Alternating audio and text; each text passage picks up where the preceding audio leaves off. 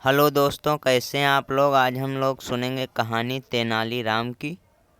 तो विजयनगर के राजा कृष्णदेव राय जहाँ कभी भी जाते थे, अपने साथ हमेशा तेनालीरामन को जरूर ले जाते थे। इस बात से अन्य दरबारियों को बड़ी चिढ़ होती थी। एक दिन 3-4 दरबारियों ने मिलकर एकांत में महाराज से प्रार्थना की, महाराज कभी अपने साथ किसी अन्य व्यक्ति को बाहर चलने का अवसर दिया करें। राजा को यह बात उचित लगी। उन्होंने उन दरबारियों को विश्वास दिलाया कि वे भविष्य में अन्य दरबारियों को भी अपने साथ घूमने फिरने का अवसर देंगे। एक बार राजा कृष्णदेव राय वेश बदलकर कुछ गांवों के भ्रमण को जाने लगे, तो अपने साथ उन्होंने इस बार तेनालीरामन को नहीं लिया। घूमते घूमते वे एक गांव के खेतों में पहुंच गए।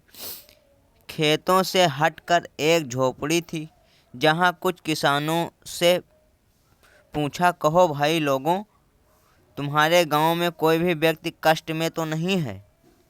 अपने राजा से कोई असंतुष्ट तो नहीं है?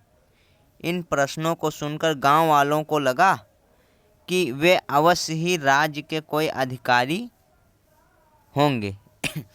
वे बोले, महाराज हमारे गांव में खूब शांति और चैन है, सब लोग सुखी हैं, दिन भर कड़ी मेहनत करके अपना काम काज करते हैं और रात को सुख की नींद सोते हैं, किसी को कोई भी दुख नहीं है।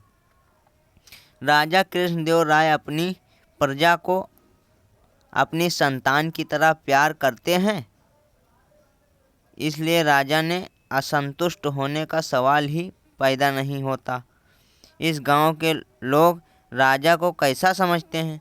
राजा ने दूसरा प्रश्न पूछा। तो गांव के लोगों ने कहा, राजा एक बूढ़ा व्यक्ति गांव का बोला, राजा श्रीमान जी, हमारे कृष्णदेव राय बिल्कुल ही गन्ने के समान हैं।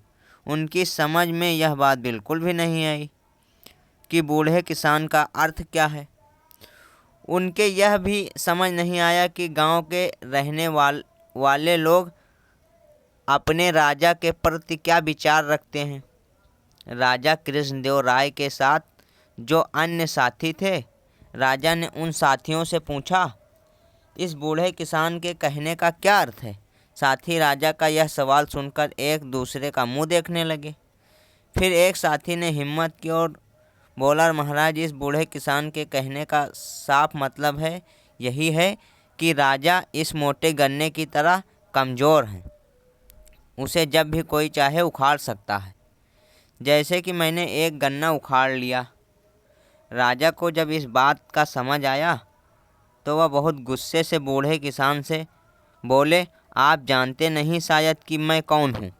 राजा की क्रोध वाणी सुनकर बूढ़ा थर थर काँपने लगा।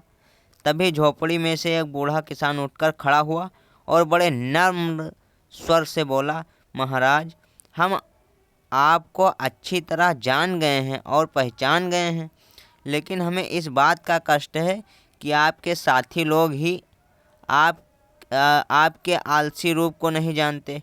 इस बूढ़े किसान के कहने का मतलब यह है कि आप प्रजा के लिए कोमल और रसीले हो और दुष्टों के लिए महंतम कठोर भी। और उसने एक कुत्ते को गन्ने से मारकर दिखा भी दिया। इतने में वो बूढ़ा अपनी नकली दाढ़ी मूंछ निकालने लगा। राजा चौंक पड़े, अरे तेनाली, तुमने यहाँ भी हमारा पीछा नहीं छोड़ा? तेनालीराम बोले, अगर मैं पीछा छोड़ता तो तुम तो सरल हृदय किसान को मौत के घाट उतरवा देते। महाराज के दिल में क्रोध का ज्वर पैदा करते अलग से। तब महाराज बोले, तुम ठीक कहते हो तेनालीराम, मूर्खों का साथ हमेशा दुखदाई होता है। भविष्य में मैं कभी भी तुम्हारे अलावा किसी और को अपने साथ नहीं रखूँगा। तेनालीराम की चोट से आहत हुए दरबारी मुंह लटकाए हुए जमीन कुरेदते रहे और तेनालीराम मुस्कुराते रहे। धन्यवाद। अगर कहानी पसंद आई हो तो वीडियो को लाइक, शेयर और सब्सक्राइब ज़रूर कर लें। धन्यवाद।